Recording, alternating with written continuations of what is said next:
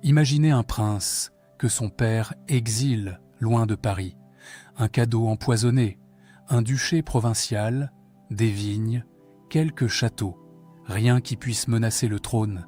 Mais ce prince ne voit pas un exil, il voit une opportunité.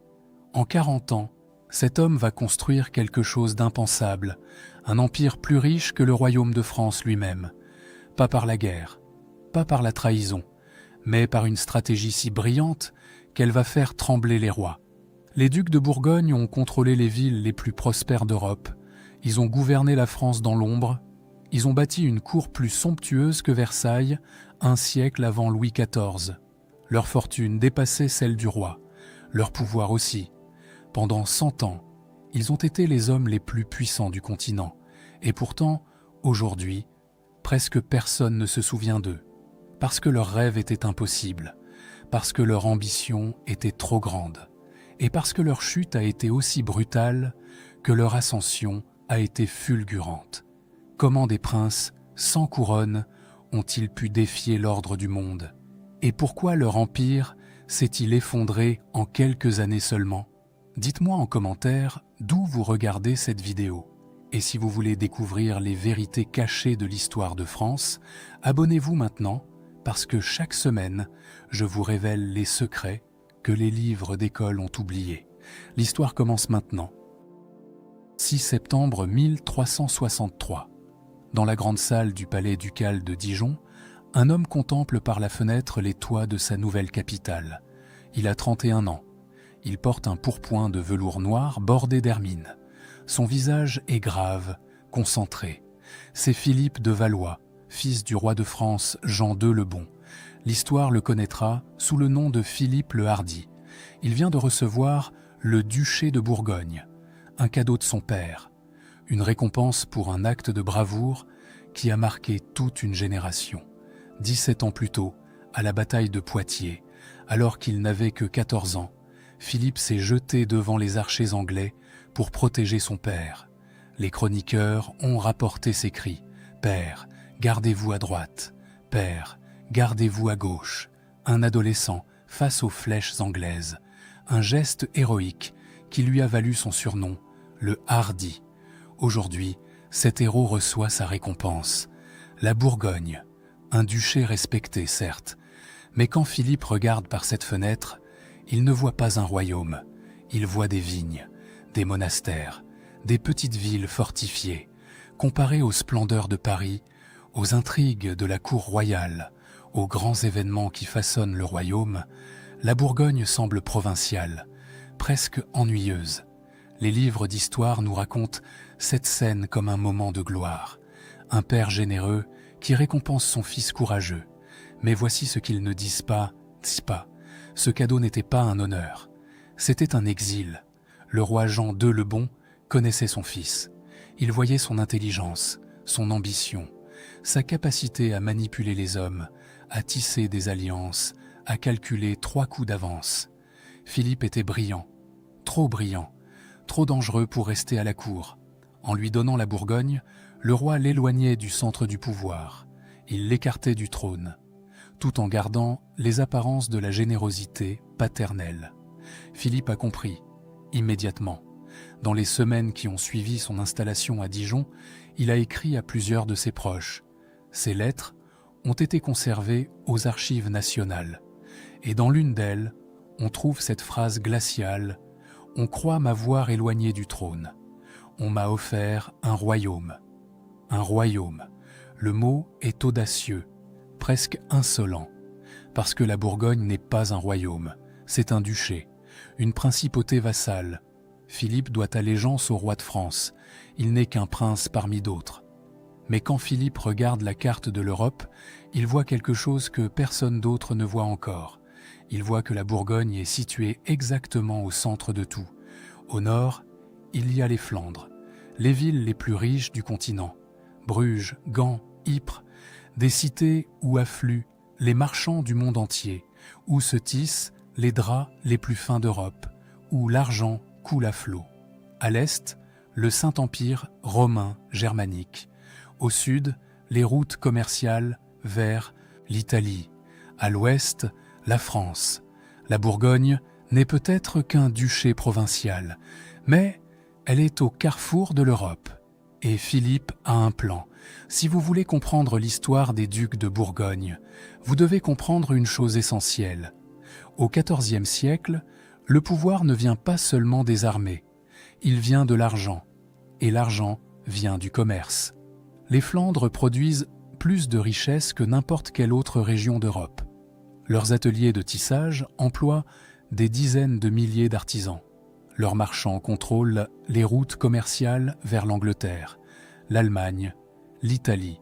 Celui qui contrôle les Flandres contrôle l'économie européenne. Philippe a 31 ans. Il vient de recevoir la Bourgogne. Et déjà, il regarde vers le nord.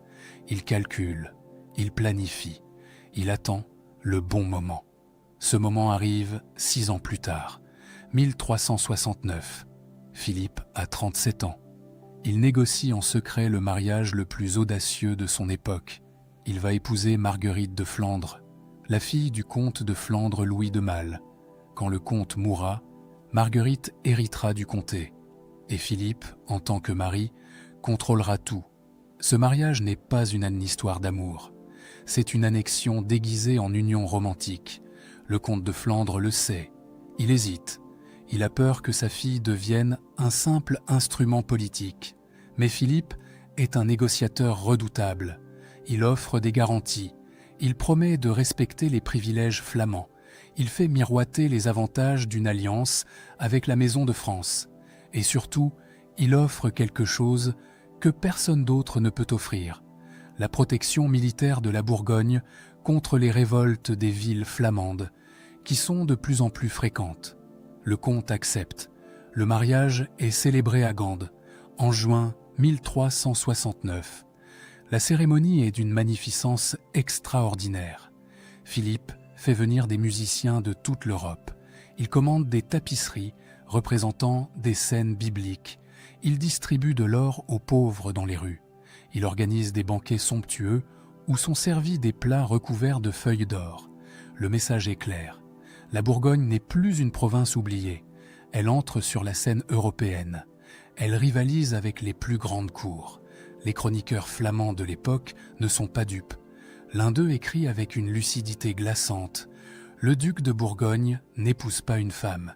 Il épouse nos villes, nos ports, notre or. Il a raison. Quand le comte de Flandre meurt en 1384, Philippe hérite de tout. Du jour au lendemain, il contrôle non seulement la Bourgogne, mais aussi les Flandres, les villes de Bruges, Gand, Ypres, les ports de la mer du Nord, les ateliers de tissage, les routes commerciales. Et voici le chiffre qui va choquer le royaume de France. En 1380, après seulement 11 ans de règne stratégique, Philippe le Hardi contrôle un territoire dont les revenus annuels dépassent ceux du roi de France lui-même. Lisez bien cette phrase. Laissez-la pénétrer. Un duc, un vassal, un prince, qui doit théoriquement allégeance au roi, est plus riche que son propre souverain. Les Flandres produisent à elles seules plus de richesses que l'ensemble du domaine royal français. Les impôts sur le commerce, les taxes portuaires, les revenus des manufactures de tissage, tout cela afflue dans les coffres de Philippe. Il n'a même pas besoin de lever l'impôt sur ces sujets bourguignons. Les Flamands pépant paient pour tout. Philippe le Hardi, le prince exilé, est devenu l'homme le plus riche du royaume. Mais l'argent, aussi colossal soit-il, ne suffit pas. Philippe veut le pouvoir politique. Il veut contrôler les décisions du royaume.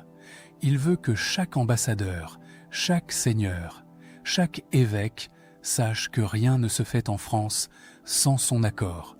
Et pour cela, il doit contrôler le roi lui-même. L'occasion se présente en 1380. Le roi Charles V, surnommé le Sage, meurt à l'âge de 43 ans. Il laisse le trône à son fils, Charles VI, un garçon de 12 ans, un enfant. Officiellement, 4 oncles régents sont nommés pour gouverner le royaume jusqu'à la majorité du jeune roi, les ducs de Bourgogne, de Berry, d'Anjou et de Bourbon. 4 hommes qui doivent partager le pouvoir, collaborer, gouverner ensemble. Mais très vite, un seul homme prend le dessus, Philippe le Hardi. Il a l'argent, il a les alliances, il a l'expérience politique et surtout, il a une patience redoutable. Pendant que ses frères dépensent l'argent du royaume en fêtes somptueuses et en guerres lointaines, Philippe investit, méthodiquement, silencieusement. Il place ses hommes aux postes clés de l'administration royale.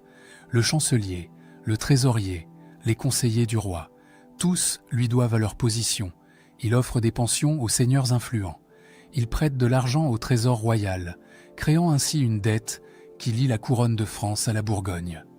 Chaque décision importante passe par lui. Chaque ambassade étrangère vient d'abord le consulter. Les chroniqueurs de l'époque, comme le moine de Saint-Denis, observent ce glissement de pouvoir avec une inquiétude croissante. Dans sa chronique, il écrit « Le duc de Bourgogne gouverne le royaume sans en porter le nom. Le roi règne, mais c'est le duc qui décide. Philippe n'a pas renversé le roi. Il n'a pas fomenté de coup d'État.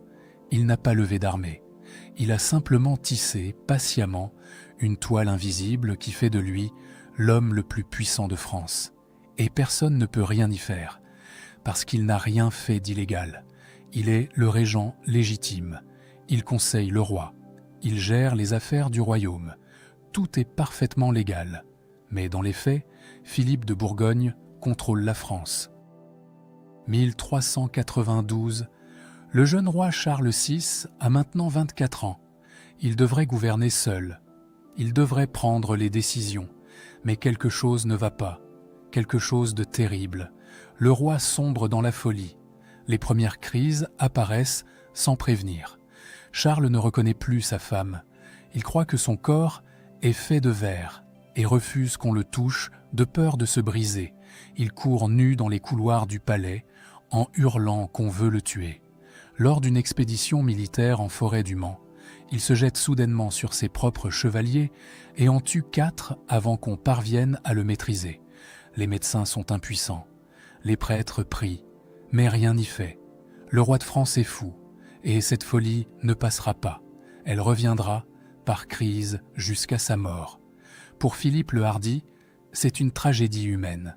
Il a vu grandir ce garçon, il l'a conseillé, peut-être même l'a-t-il aimé.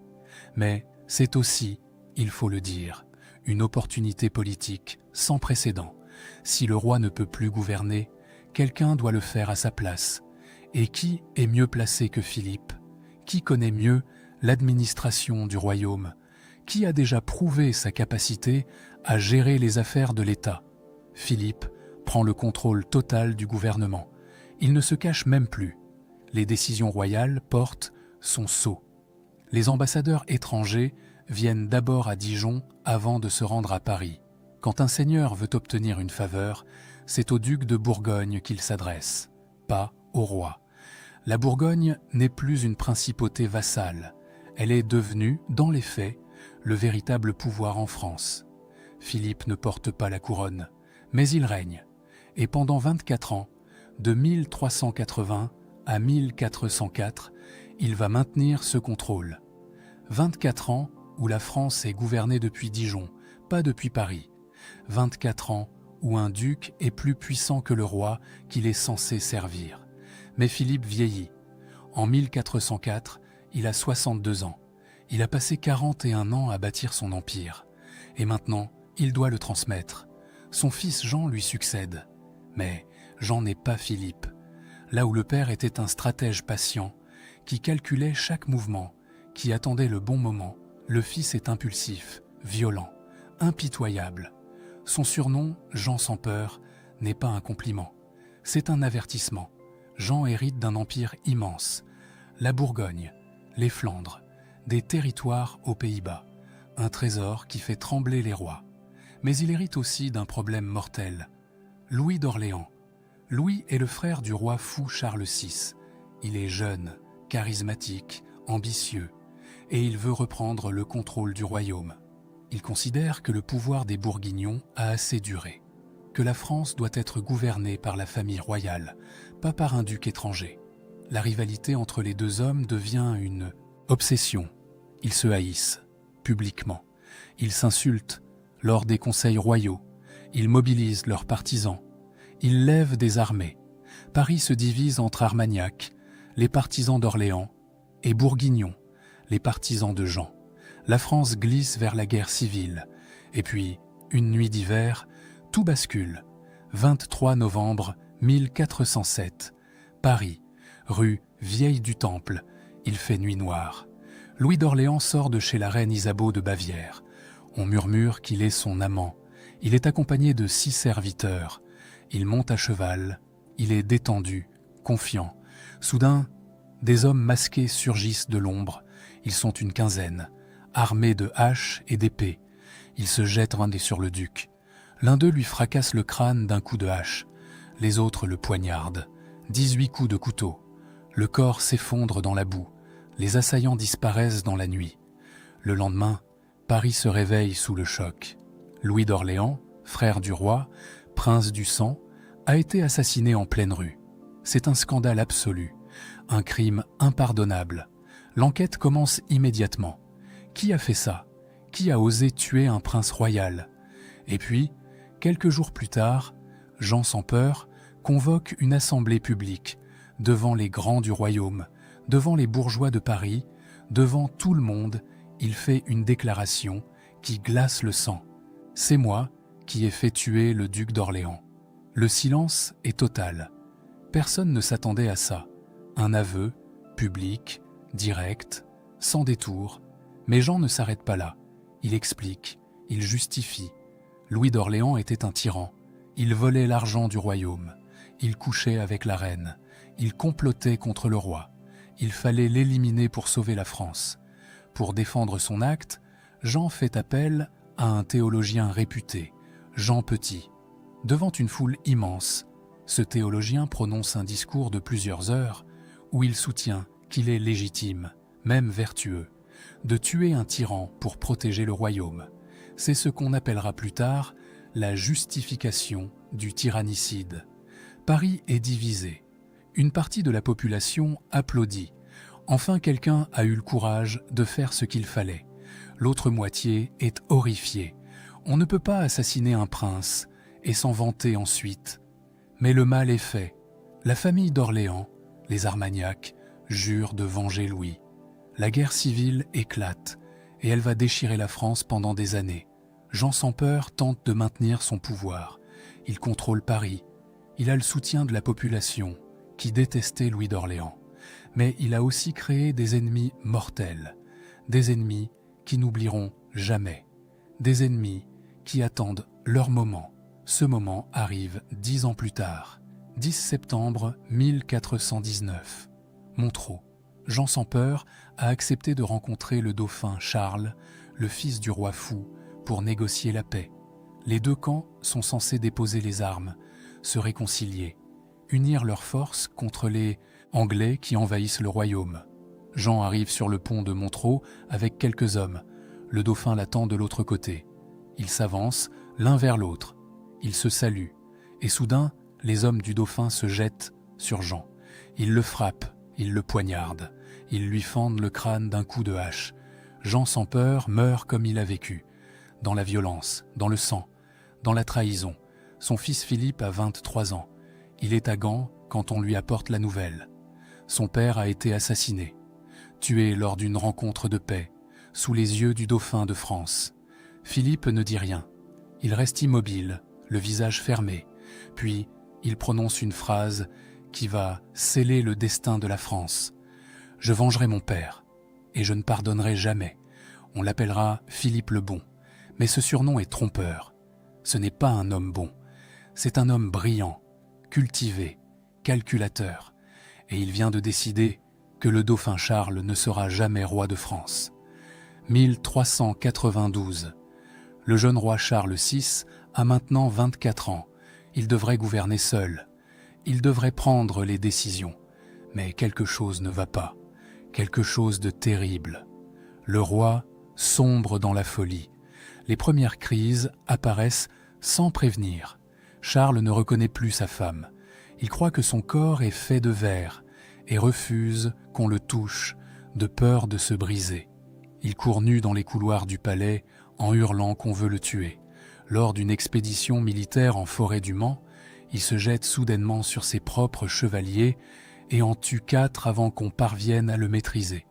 Les médecins sont impuissants, les prêtres prient, mais rien n'y fait.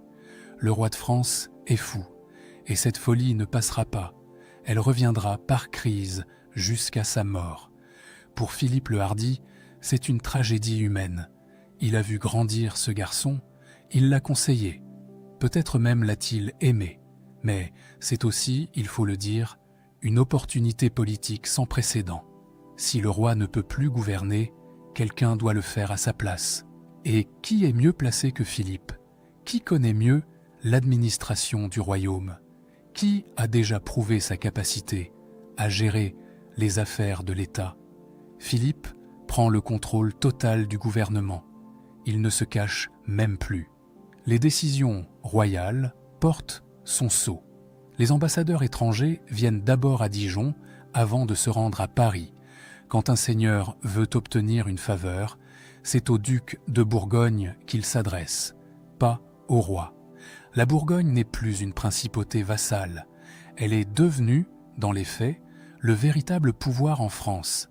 Philippe ne porte pas la couronne, mais il règne, et pendant 24 ans, de 1380 à 1404, il va maintenir ce contrôle.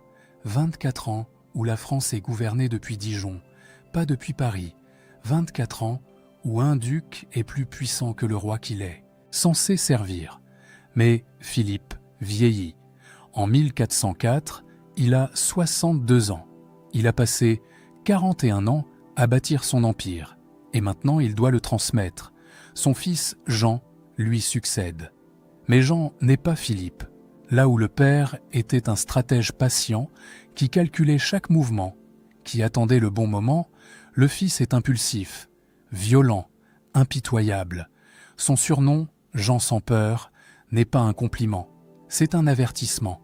Jean hérite d'un empire immense, la Bourgogne, les Flandres, des territoires aux Pays-Bas, un trésor qui fait trembler les rois. Mais il hérite aussi d'un problème mortel, Louis d'Orléans. Louis est le frère du roi fou Charles VI. Il est jeune, charismatique, ambitieux, et il veut reprendre le contrôle du royaume. Il considère que le pouvoir des Bourguignons a assez duré, que la France doit être gouvernée par la famille royale, pas par un duc étranger. La rivalité entre les deux hommes devient une obsession. Ils se haïssent, publiquement.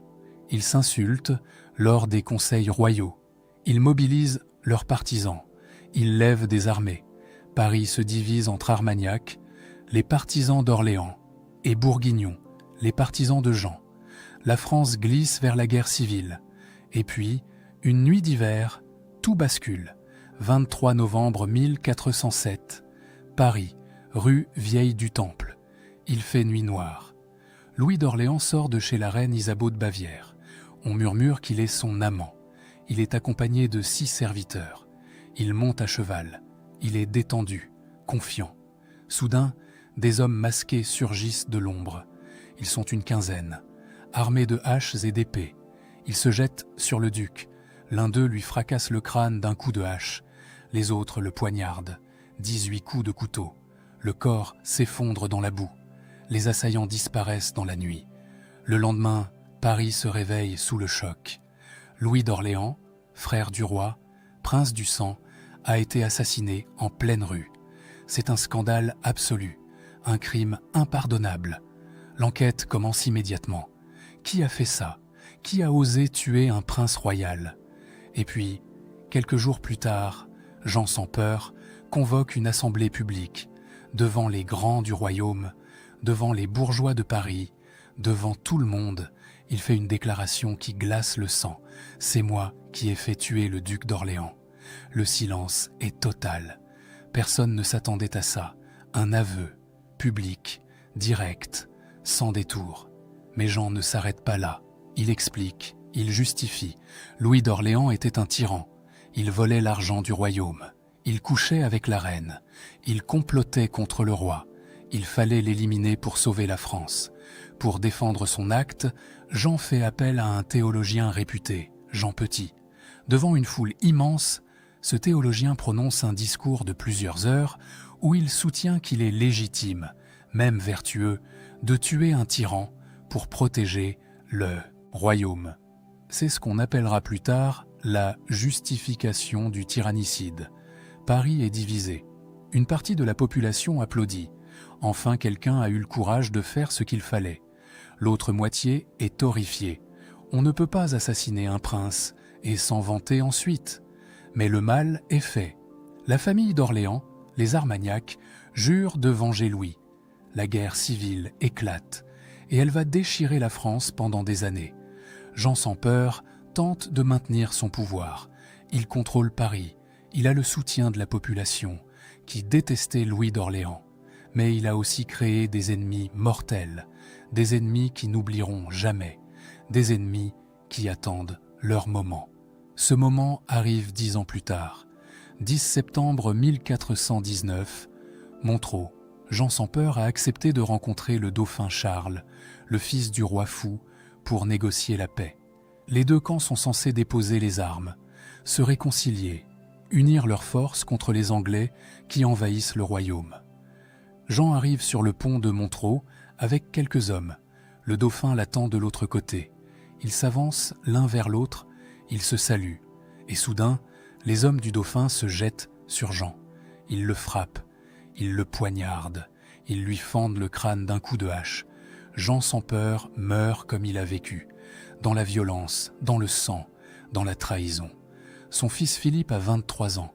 Il est à Gand quand on lui apporte la nouvelle. Son père a été assassiné, tué lors d'une rencontre de paix, sous les yeux du dauphin de France. Philippe ne dit rien. Il reste immobile, le visage fermé. Puis il prononce une phrase qui va sceller le destin de la France. « Je vengerai mon père, et je ne pardonnerai jamais. » On l'appellera Philippe le Bon, mais ce surnom est trompeur. Ce n'est pas un homme bon, c'est un homme brillant, cultivé, calculateur, et il vient de décider que le dauphin Charles ne sera jamais roi de France. Philippe le Bon a 23 ans. Il vient de perdre son père, assassiné sur un pont, lors d'une rencontre qui devait apporter la paix. Et maintenant, il doit faire un choix qui va changer l'histoire de France. Va-t-il venger son père en s'alliant au dauphin Charles, l'héritier légitime du trône, ou va-t-il trahir la France pour détruire l'homme qui a tué Jean sans peur? Philippe choisit la vengeance. En 1420, il signe le traité de Troyes avec les Anglais, un traité inimaginable, un traité qui déshérite le dauphin Charles et reconnaît le roi d'Angleterre Henri V comme héritier du trône de France. Philippe trahit son propre pays. Il s'allie à l'ennemi héréditaire. Il brise 5 siècles de loyauté à la couronne française. Mais pour Philippe, ce n'est pas une trahison, c'est de la justice. Le dauphin a tué son père. Le dauphin ne mérite pas le trône. Et si les Anglais peuvent l'empêcher de régner, alors qu'il en soit ainsi. Les historiens appellent souvent cette décision une erreur, une faute morale. Mais pour comprendre Philippe le Bon, il faut comprendre une chose essentielle. Il ne se considère pas comme un Français. Il se considère comme un Bourguignon. Sa loyauté va à son duché, à son empire, à sa dynastie, pas au royaume de France. Et cette alliance avec l'Angleterre lui permet de faire quelque chose d'extraordinaire. Elle lui donne la liberté de construire son propre État, sans interférence, sans contrôle, sans que personne ne puisse lui dire ce qu'il doit faire. Pendant que la France se déchire entre Anglais, Bourguignons et Armagnacs, Philippe bâtit. Il hérite de nouveaux territoires, le Brabant en 1435, le Limbourg, le Luxembourg. Il achète le Hainaut, il négocie, il marie ses enfants stratégiquement, il tisse des alliances partout en Europe. Et petit à petit, territoire après territoire, mariage après mariage, il construit quelque chose qui n'a jamais existé. Un État bourguignon qui s'étend de la Suisse à la mer du Nord. Un empire qui traverse toute l'Europe occidentale, un ensemble de terres riches, puissantes, unies sous un seul homme. En 1435, Philippe contrôle presque tous les Pays-Bas. Il règne sur 17 provinces. des millions de sujets, des centaines de villes. Et surtout, il contrôle l'économie européenne, les ports de Bruges et d'Anvers, les manufactures de tissage, les routes commerciales vers l'Angleterre, l'Allemagne, l'Italie. Les ambassadeurs qui visitent sa cour sont stupéfaits. L'un d'eux, un Italien nommé Antonio de Beatis, écrit dans son journal de voyage « La cour du duc de Bourgogne surpasse celle du roi de France en magnificence, en richesse, en culture. On dirait que c'est lui le véritable roi. » Cette phrase n'est pas une exagération, c'est un constat. Philippe emploie les plus grands artistes de son temps. Jan van Eyck, le peintre qui révolutionne l'art occidental, avec sa technique de la peinture à l'huile. Rogier van der Weyden, dont les portraits et les scènes religieuses bouleversent tous ceux qui les contemplent. Philippe commande des tapisseries d'une richesse inouïe, où chaque fil est tissé avec de l'or véritable. Il fait construire des palais à Bruxelles, à Bruges, à Dijon. Il organise des banquets, où sont servis des plats sculptés comme des œuvres d'art. En 1430, il fonde l'ordre de la Toison d'Or, un ordre de chevalerie destiné à rivaliser avec les plus prestigieux ordres royaux. 24 chevaliers triés sur le volet, les plus puissants seigneurs d'Europe, tous portant le collier d'or avec la toison, de béliers suspendus, tous jurant fidélité au duc de Bourgogne. Le message est clair. Philippe ne se contente plus d'être riche, il veut être reconnu, respecté, admiré. Il veut que le monde entier sache qu'il n'est pas un simple duc, il est l'égal des rois. Et les chiffres le prouvent. En 1450, les revenus annuels de Philippe le Bon atteignent 900 000 livres tournois. Le roi de France Charles VII, celui-là même que Philippe a refusé de reconnaître pendant des années, ne dispose que de 600 000 livres. La Bourgogne est officiellement plus riche que la France, mais l'argent n'est qu'une partie de l'histoire. Philippe a aussi le prestige. Les ambassadeurs viennent d'abord à Bruxelles avant d'aller à Paris. Les artistes veulent travailler pour lui. Les intellectuels cherchent sa protection. Les seigneurs rêvent d'être invités à sa cour. Philippe le Bon est devenu, dans les faits, le prince le plus puissant d'Europe occidentale, plus puissant que le roi de France, plus riche que le duc de Milan, plus influent que le roi d'Angleterre. Il a tout, sauf une seule chose qui lui manque cruellement, et cette absence le ronge chaque jour davantage. Il n'est pas roi, il est duc, un vassal. Sur le papier, il doit toujours allégeance au roi de France et à l'empereur germanique. Son empire n'est qu'un ensemble de territoires disparates, sans unité officielle. Il n'a pas de couronne, pas de royaume reconnu, pas de légitimité royale, et cela le rend fou. Dans ses lettres privées, conservées aux archives de Lille et de Dijon, Philippe confie son obsession. Il veut être roi, roi de Bourgogne, roi d'un royaume indépendant, ni français ni allemand, mais bourguignon, un royaume qui existerait officiellement sur la carte de l'Europe, un royaume qui serait reconnu par le pape, par l'empereur, par tous les souverains. Il commence à négocier, en secret d'abord, puis de plus en plus ouvertement. Il envoie des ambassadeurs à l'empereur Frédéric III. Il offre de l'argent, beaucoup d'argent. Il promet des alliances militaires. Il fait miroiter les avantages d'avoir un royaume bourguignon, fort entre la France et l'Empire. L'empereur hésite. Il comprend l'intérêt. Un royaume bourguignon servirait de tampon entre les grandes puissances. Il stabiliserait l'Europe. Mais créer un nouveau royaume bouleverserait l'équilibre politique. La France s'y opposerait violemment, les princes allemands aussi. Le pape devrait donner sa bénédiction. Les négociations traînent, des années passent. Philippe vieillit. Il a 60 ans, puis 65, puis 70, et toujours pas de couronne. En 1467, Philippe le Bon meurt à l'âge de 71 ans. Il a régné pendant 48 ans. Il a bâti l'empire le plus riche d'Europe. Il a fait de la Bourgogne une puissance culturelle, économique, diplomatique, qui rivalise avec les plus grands royaumes. Mais il meurt comme il est né, duc, pas roi. Son rêve, il le lègue à son fils, Charles, un homme qui ne négocie pas, un homme qui ne patiente pas, un homme qui prend ce qu'il veut. Charles le Téméraire. Le nom dit tout. Cet homme ne rêve pas, il ne négocie pas, il exige. Il brûle d'une ambition qui consume tout sur son passage. Dès son avènement en 1467, Charles annonce ses intentions. Il sera roi. Pas dans 10 ans, pas dans 5 ans. Maintenant. Il ne va pas attendre que l'empereur daigne lui offrir une couronne. Il va la prendre. Son plan est simple mais d'une audace folle. Il va relier ses territoires du nord, les Flandres et les Pays-Bas, à ceux du sud, la Bourgogne, en conquérant tout ce qui se trouve entre les deux.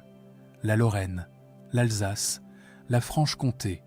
Il va créer un corridor territorial continu du nord au sud et proclamer son royaume. Pour cela, il a besoin d'une armée. La plus grande armée que la Bourgogne ait jamais connue. Et Charles a l'argent pour la lever. Il recrute des mercenaires suisses, des chevaliers bourguignons, des archers anglais, des artilleurs italiens. Il achète des canons, des centaines de canons, les plus modernes d'Europe. Il fait fondre des bombardes capables de détruire n'importe quelle muraille. En 1473, il lance sa campagne. Il envahit la Lorraine. Il assiège les villes. Il brûle les villages qui résistent. Il avance comme une tempête. Rien ne semble pouvoir l'arrêter. Mais Charles a un ennemi qu'il a gravement sous-estimé. Un homme qui ne porte pas d'armure, qui ne mène pas d'armée au combat, mais qui est peut-être le plus dangereux adversaire qu'il ait jamais affronté. Louis XI, roi de France, surnommé l'Araignée. Louis XI ne ressemble à aucun roi. Il ne porte pas de vêtements somptueux.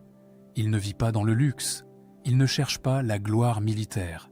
Ce qui l'intéresse, c'est le pouvoir véritable. Celui qui se tisse dans l'ombre par la diplomatie, par la ruse, par la manipulation. Et Louis XI comprend parfaitement ce qui se passe. Si Charles le Téméraire réussit à créer son royaume, la France sera encerclée. À l'ouest, l'océan. À l'est, le royaume de Bourgogne. Au nord, les Anglais. Au sud, les royaumes ibériques. La France sera étouffée, prisonnière. Louis ne peut pas laisser cela arriver.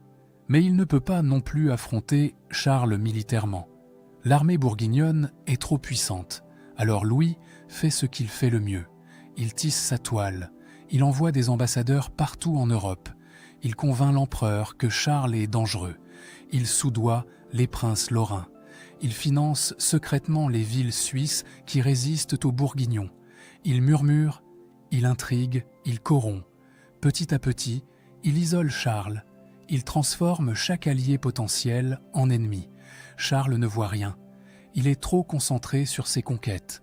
Il enchaîne les sièges. En 1474, il prend plusieurs villes lorraines. En 1475, il assiège Neuss, en Rhénanie. Mais le siège traîne. Des mois passent. L'armée bourguignonne s'épuise. Et pendant ce temps, Louis XI continue de tisser sa toile. Il convainc les Suisses d'attaquer les territoires bourguignons. Il soutient le duc de Lorraine-René II, qui veut reconquérir ses terres. Il promet de l'or, des armes, des alliances à tous ceux qui s'opposent à Charles. En 1476, Charles doit lever le siège de Neuss. C'est un échec cuisant, mais il refuse de reculer. Il se retourne vers la Lorraine. Il veut reprendre Nancy, la capitale, que les Lorrains ont reconquise pendant son absence. Novembre 1476. Charles arrive devant Nancy avec son armée. Il fait installer son campement. Il ordonne le siège. Mais l'hiver arrive. Un hiver terrible. La neige tombe sans arrêt. Les températures chutent. Les soldats grelottent sous leurs tentes. La nourriture manque. Les maladies se répandent. Les conseillers de Charles le supplient de lever le siège. Il faut attendre le printemps. Il faut laisser les hommes se reposer. Mais Charles refuse. Reculer, ce serait admettre la défaite. Et Charles ne recule jamais. Les semaines passent. Décembre, janvier, l'armée bourguignonne fond comme neige au soleil. Des milliers de soldats désertent. D'autres meurent de froid ou de maladie. Le campement devient un cimetière. Et puis, le 5 janvier 1477, l'armée lorraine arrive, renforcée par des mercenaires suisses. Des milliers d'hommes frais, bien nourris, bien armés. Ils tombent sur le campement bourguignon comme la foudre. La bataille est brève, brutale. L'armée de Charles, affaiblie, gelée, affamée, ne peut pas résister. Les Bourguignons sont massacrés. Certains tentent de fuir, d'autres se rendent.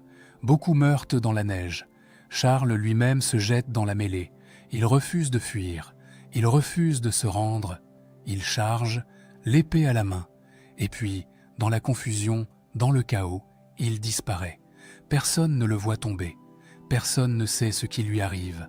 Pendant 2 jours, on le cherche. On fouille le champ de bataille. On retourne les cadavres. Rien. Et puis, le 7 janvier, un page le retrouve. Le corps est à moitié enfoui dans la neige, près d'un étang gelé. Le visage est déchiqueté. La tête est fendue d'un coup de hallebarde. Les loups ont dévoré une partie du corps. Il est nu, dépouillé de tout. On ne peut l'identifier que grâce à une cicatrice qu'il portait depuis l'enfance et aux ongles longs qu'il avait l'habitude de garder. Charles le Téméraire, le duc le plus puissant d'Europe, l'homme qui voulait être roi. Il meurt dans la boue et la neige, dévoré par les loups, méconnaissable. L'empire qu'il a hérité de son père, cet empire qui a mis 100 ans à se construire, qui faisait trembler les rois, qui rivalisait avec les plus grands royaumes, cet empire va s'effondrer en quelques semaines, parce que Charles n'a pas de fils. Il n'a qu'une fille, Marie. Elle a 20 ans. Et, maintenant, elle est seule face aux vautours qui se rassemblent déjà pour dépecer l'héritage bourguignon. Marie de Bourgogne a 20 ans. Elle vient de perdre son père sur un champ de bataille glacé. Et maintenant, elle hérite d'un empire en train de s'effondrer. Partout, les ennemis se lèvent. Au sud, Louis XI, l'araignée, celui qui a passé des années à détruire son père, mobilise ses armées. Il ne va pas laisser passer cette occasion. Au nord, les villes flamandes, qui ont toujours détesté l'autorité centralisée des ducs, se révoltent. Elles veulent leurs anciens privilèges, leur autonomie. Elles ne veulent plus obéir à personne. Marie est seule. Elle n'a pas d'armée. Elle n'a pas d'alliés solides. Elle n'a que son nom et l'héritage chancelant de 4 générations de ducs. Louis XI frappe le premier. En février 1477, un mois seulement après la mort de Charles le Téméraire, les armées françaises envahissent la Bourgogne. Elles prennent Dijon, Beaune, Auxerre. Les villes tombent les unes après les autres. Les garnisons bourguignonnes, privées de chefs, démoralisées, se rendent sans combattre. Louis ne veut pas négocier, il ne veut pas discuter. Il annexe, purement et simplement, la Bourgogne, le duché d'origine, la terre où tout a commencé en 1363, retourne à la couronne de France. Après 114 ans d'indépendance, la Bourgogne redevient française. Marie tente de résister. Elle se réfugie dans les Flandres. Elle convoque les états généraux de ces territoires du Nord. Elle supplie les villes de l'aider. Mais les villes marchandent. Elles veulent des concessions. Elles veulent que Marie signe un document qui leur redonne tous leurs privilèges perdus, qu'elle leur accorde le droit de lever leurs propres impôts, de juger leurs propres affaires, de se gouverner elle-même. Marie n'a pas le choix. Elle signe. Le 11 février 1477, elle accorde le grand privilège aux villes flamandes, un document qui détruit tout ce que son père et son grand-père ont construit, tout le pouvoir centralisé, toute l'autorité ducale, tout s'effondre. Mais ce n'est pas suffisant. Marie a besoin d'un protecteur, d'un mari puissant, quelqu'un qui peut lever une armée, qui peut tenir tête à Louis XI, quelqu'un qui peut sauver ce qui reste de l'Empire bourguignon. Elle épouse Maximilien de Habsbourg, fils de l'empereur germanique. Le mariage est célébré en août 1477 à Gand. C'est un mariage politique. une alliance de survie. Mais c'est aussi la fin de la Bourgogne indépendante. Parce que désormais, les territoires du Nord, les Flandres, le Brabant, les Pays-Bas ne sont plus bourguignons. Ils deviennent habsbourgeois. Ils entrent dans l'orbite de l'Empire germanique. Ils ne retourneront jamais à la France. Et c'est ainsi que l'Empire bourguignon se brise en deux. Le Sud, la Bourgogne elle-même, retourne à la France. Le Nord, les Flandres et les Pays-Bas passent aux Habsbourg. L'État que Philippe le Hardi a commencé à construire en 1369, que Philippe le Bon a porté à son apogée, que Charles le Téméraire a voulu transformer en royaume, cet État disparaît de la carte. Marie de Bourgogne meurt 5 ans plus tard, en 1482, à l'âge de 25 ans. Elle tombe de cheval lors d'une partie de chasse. Elle était la dernière des ducs de Bourgogne. Après elle, il n'y a plus de Bourgogne. Il n'y a que des héritages dispersés, des territoires éclatés, des souvenirs d'un empire qui a brillé pendant un siècle et qui s'est effondré en 5 ans. Aujourd'hui, quand vous marchez dans les rues de Dijon, vous voyez encore le palais des ducs. Quand vous visitez Bruges, vous admirez les œuvres de Jan van Eyck dans les musées. Quand vous traversez Bruxelles, vous passez devant les bâtiments que Philippe le Bon a fait construire. Partout, les traces de cette grandeur subsistent. Mais on a oublié. On a oublié que pendant 100 ans, ces hommes ont rivalisé avec les rois, qu'ils ont bâti un empire plus riche que la France, qu'ils ont fait de leur terre le centre culturel de l'Europe, qu'ils ont employé les plus grands artistes, les meilleurs architectes, les esprits les plus brillants. On se souvient de Louis XIV et de Versailles. On se souvient de Napoléon et de son empire. Mais qui se souvient de Philippe le Bon et de sa cour de Bruxelles, qui éblouissait l'Europe 2 siècles avant le roi Soleil. Les ducs de Bourgogne ont prouvé quelque chose d'extraordinaire. Ils ont montré qu'on pouvait être plus puissant qu'un roi sans porter de couronne, qu'on pouvait bâtir un empire sans conquérir par la guerre, qu'on pouvait dominer l'Europe par l'argent, la diplomatie, la culture. Mais ils ont aussi appris une leçon terrible, une leçon que tous les empires finissent par apprendre. L'ambition a des limites, et ces limites sont fixées par ceux qui portent la couronne. Philippe le Hardi voulait le pouvoir, il l'a obtenu. Jean sans peur voulait la vengeance, il l'a eue. Philippe le Bon voulait la reconnaissance, il l'a reçue. Mais Charles le Téméraire voulait le titre, il voulait être roi. Et c'est cette ambition qui a tout détruit, parce qu'il existe des lignes qu'on ne peut pas franchir, des titres qu'on ne peut pas s'approprier, des couronnes qu'on ne peut pas porter sans déclencher la fureur de tous ceux qui ont quelque chose à perdre. Les ducs de Bourgogne ont défié l'ordre du monde. Pendant 100 ans, ils ont réussi, ils ont construit l'impossible. Mais au final, l'ordre s'est rétabli. Les rois sont restés rois, les ducs sont redevenus ducs, et l'empire qui faisait trembler l'Europe s'est évanoui comme un rêve au matin. Leur histoire nous rappelle quelque chose d'essentiel. La grandeur n'a pas besoin de couronne, mais la couronne, elle, ne tolère aucun rival. Les ducs de Bourgogne ont créé un empire plus riche que le roi lui-même, mais ils n'ont jamais pu devenir rois. Et c'est cette frustration, cette ambition impossible qui a causé leur perte. Leur héritage n'est pas dans un royaume qui aurait survécu. Il est dans les œuvres d'art qu'ils ont commandées, dans les villes qu'ils ont enrichies, dans l'histoire qu'ils ont écrite. Et dans cette leçon intemporelle, on peut tout avoir, sauf ce qui appartient à ceux qui portent la couronne.